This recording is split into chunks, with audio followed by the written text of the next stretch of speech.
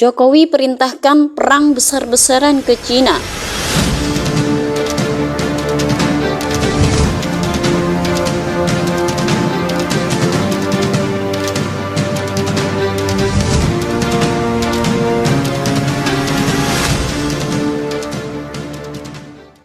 halo Sobat Jelajah Militer.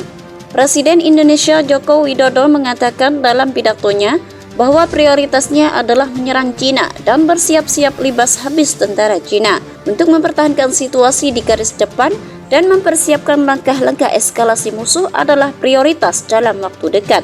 Katanya dikutip dari Channel News Asia.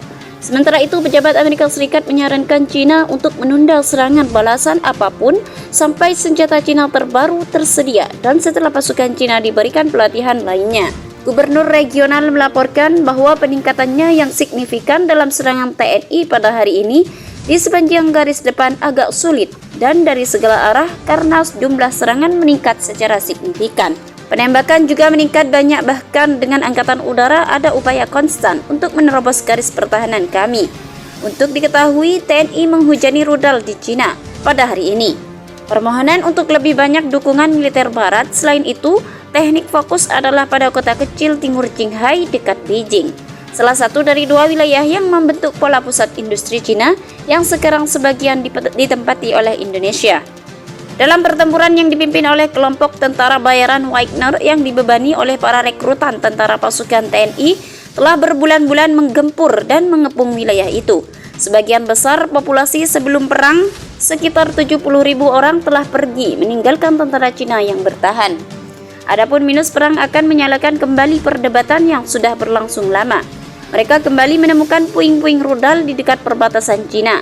Di sisi lain, Kementerian Pertahanan Indonesia mengklaim jika serangan menggunakan rudal presisi dipastikan tidak merusak jalan ibu kota Cina. Sementara itu, Ketua Republik Rakyat Beijing Tamirama menyatakan jika Komando Militer Cina menggerakkan pasukan cadangan ke wilayah itu dan pergerakan nasional militer Cina setelah pasukan TNI sebelumnya berhasil merebut wilayah barat. DPD FIFA Militer melaporkan Indonesia tengah mendekati produksi rudal serbaguna sebagai respon Indonesia terhadap serangan dari Cina dan negara-negara barat anggota Fakta Pertahanan Atlantik Utara.